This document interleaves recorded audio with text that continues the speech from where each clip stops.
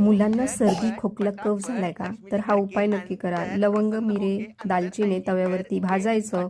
त्याची पावडर खलबत्त्यामध्ये कुटून घ्यायची. ती एका बोलमध्ये काढायची.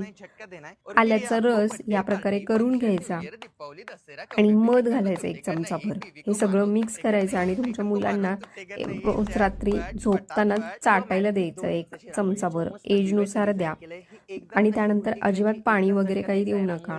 कफ असेल, सर्दी असेल, खोकला असेल लगेच कमी होतो. नक्की करून बघा. एकदम जालीम उपाय आहे. मी डुगूला नेहमी देते. थोडासा तिखट लागतो, पण नक्की करा. खूप फरक पडतो आणि फॉलो करायला अजिबात विसरू नका.